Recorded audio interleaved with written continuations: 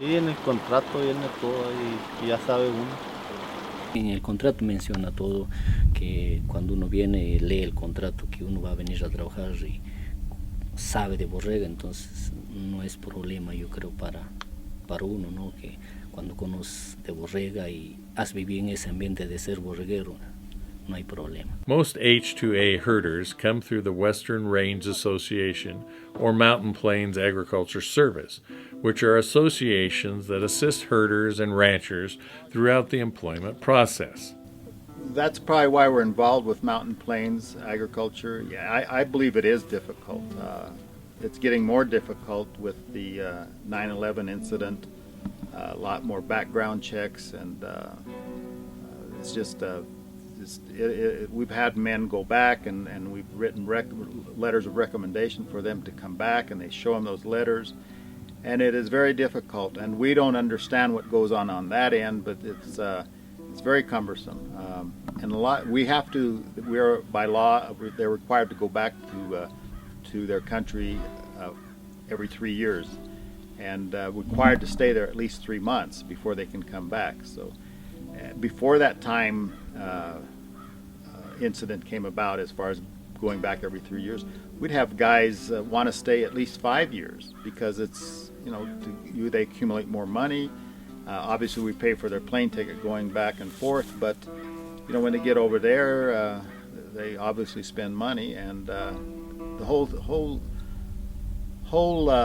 they come here. That's the reason they come here, to make money and work 10 or 15 years and probably retire the rest of their life. That's their intent. So yeah, the process of getting them back and forth is difficult, and we've had men go back and had a lot of adversity to getting them back, and we have finally gotten them back, but it's all expensive, the time they've gone, and hiring attorneys if we need to do that, and so on. It's just it is very hard. Well, and it's a loss for our operation, because they're not here. We've had a worker go back and want to come back, and he'll be he was 2.5 months late on coming back, just because of some regulations or something that was going on there, some paperwork that wasn't getting filed right, or and we've been doing this for so many years that we do know what to do and what to send with them and everything. Yet they'll still have problems when they come back. So it's not getting any easier,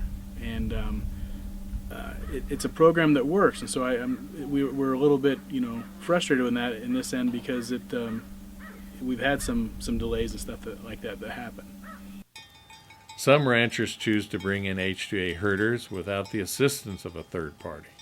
Regardless of which method a rancher uses, the prospective herder receives a job description and contract in Spanish and is familiar with the job requirements prior to leaving his country of origin.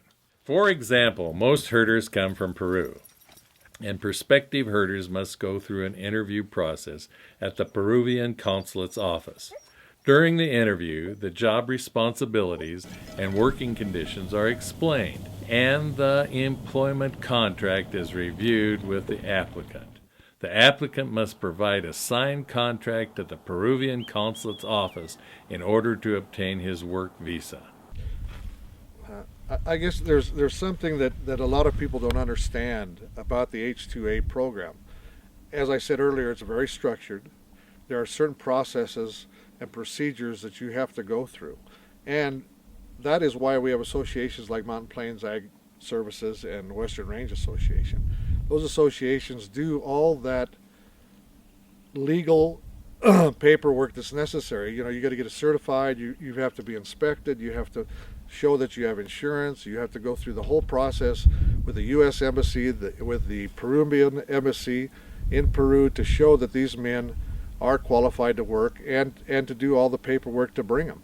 And it's a process that I don't think anybody can really do on their own. Some people attempt to, but they end up using attorneys, you end up using other agencies, and it's very well policed by the Homeland Security. Cuando fui a la oficina, cuando me entrevistaron, sí me dijeron que allá el trabajo era solo y trabajar todo era mayor parte estar solo, ¿no? La soledad, ¿no? Estar solo, y eso es lo que siempre me han dicho, y y tenía que estar amando del patrón a lo que él me mande, al sitio donde me ubique, donde va a poner y estar ahí, ¿no? Y sí sabía perfectamente a qué estaba viniendo. Yo apliqué el noviembre del 2006 y di mi entrevista en la oficina en Western Ranch en Lima, y una vez que pasé la entrevista me dijeron que nos hacen ver unas fotos allá en la oficina que van a vivir así, así, así, así van a vivir, ustedes van a vivir solo.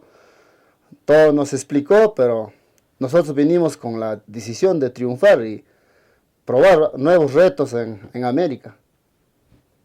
Lo único que recuerdo del director de Perú, del Western Ranch, dijo que todo el trabajo es con las borregas y todo el trabajo es estar solo en un campo, y ya más o menos ya me había dado una idea, pero sí lo sabía antes de salir de allá. Sí, sobre el contrato que uno viene, ya viene sabiendo todos los problemas que uno puede requerir aquí, ¿no? En el trabajo, y sobre el sueldo y todas esas cosas uno viene sabiendo y permanecer por un buen tiempo. Signing the employment contract does not force the herder to stay in the program if he doesn't like his job.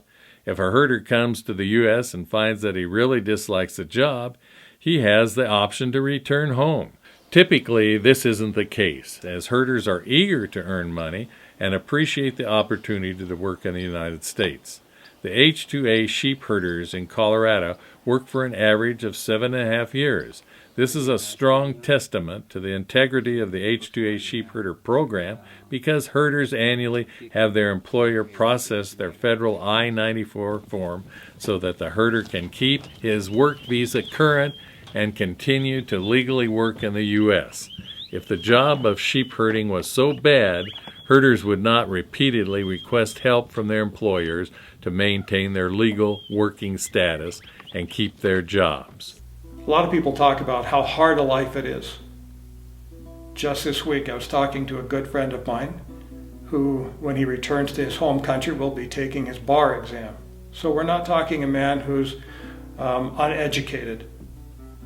He's my age, very sharp, well-read. When he knew he was going to come up and work with sheep for the first time, he went to the library, picked out the text. When he arrived, he knew how to doctor the sheep and how to get the most lambs from the ewes.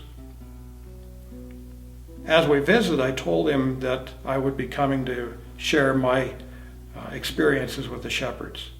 And he said, "Well, Steve, this is a hard life." He said, "There are days when the rain comes," he said, "your pants are soaked."